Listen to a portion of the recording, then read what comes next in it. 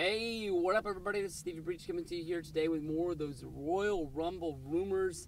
Here we are. It's only October, and people are already talking about January. Last night, we had a good Monday Night Raw, possibly one of the best Monday Night Raws we've had in a long time. Hopefully, more of those to come, and we don't have to go through these dog days of, the fall into winter before Royal Rumble to WrestleMania season when WWE really picks up. But one of the hot rumors that is out there basically is that because the Royal Rumble is going to be hosted at the Alamo Dome in San Antonio, that people think that such a big event being held at the Alamo Dome, they're going to need to sell a lot of tickets. They're forgetting that, San Antonio in Texas is close to where Dallas is. Dallas just sold 101,000 tickets for WrestleMania 32. And now here we are turning around right in January and trying to get more people to come into the Alamo Dome once again. I don't know how many people sit in the Alamo Dome, but when you turn on the 1997 Royal Rumble, which is basically being shoved down our throats right now by WWE, basically, go look at this, go look at this, go look at this. Every time you turn around, they're talking about how big an event the 1997 Royal Rumble was. With Shawn Michaels defeating Psycho Sid in the main event, with Stone Cold Steve Austin winning the Royal Rumble. Bret Hart was involved in this. They're trying to make you look back at the good old days, which if you were watching Raw back at that time, they were putting on better shows than Nitro was at the time, but it doesn't really mean that they were really burning the house down at this time. They hadn't really got into that Attitude Era. Stone Cold Steve Austin was Stone Cold Steve Austin, but he really wasn't the Stone Cold that he would be a year from then, or maybe even 2 years from then down the road. But Austin winning the Rumble, you watch that Rumble, you look at him, he doesn't even really honestly look like Stone Cold Steve Austin. He looks really skinny. It's not like Stone Cold Steve Austin was ever really the big muscle mass kind of a guy, but when you look at pictures or you watch video of the 97 Royal Rumble, besides for the bald head and the black trunks, to me it honestly doesn't really look like him yet. But, Stone Cold Steve Austin is the rumored name to be in this year's Royal Rumble.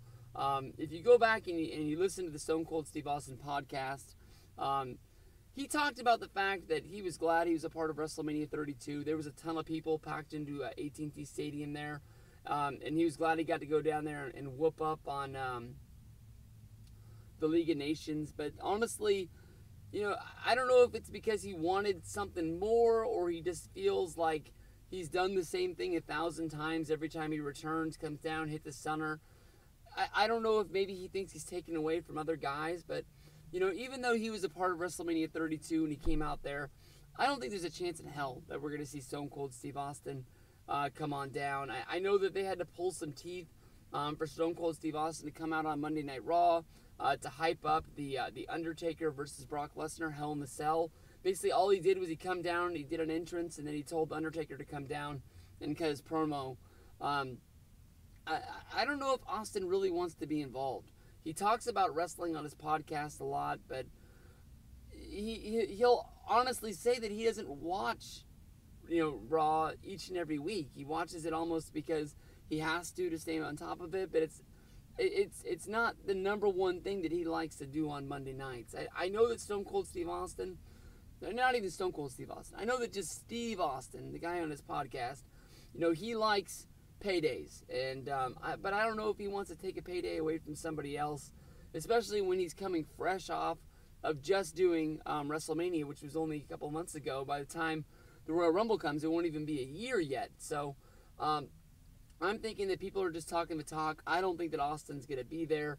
I think that honestly, out of the two, if it's going to be Austin or Michaels, I would think that Michaels is going to do it, but I don't honestly think that either one's going to do it. Every year we have rumors of who's going to be the mystery spots in the Royal Rumble, and almost every year, we're wrong on every single one of them. I think the only time we ever knew was 2011 when Booker T and Diesel came back and they made their returns from TNA, and they had spots in the Rumble. I think that's the only time we ever really knew. I think anytime a name ever really gets out, you think about the one Rumble that was in Phoenix, people said it was going to be the Hurricane, John Morrison, Shelton Benjamin, Chris Masters. all of these, older names that had been out of WWE for a matter of years.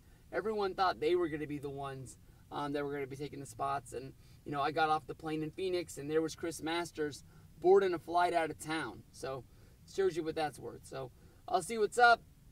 See you guys on down the road in Royal Rumble, Alamo Dome.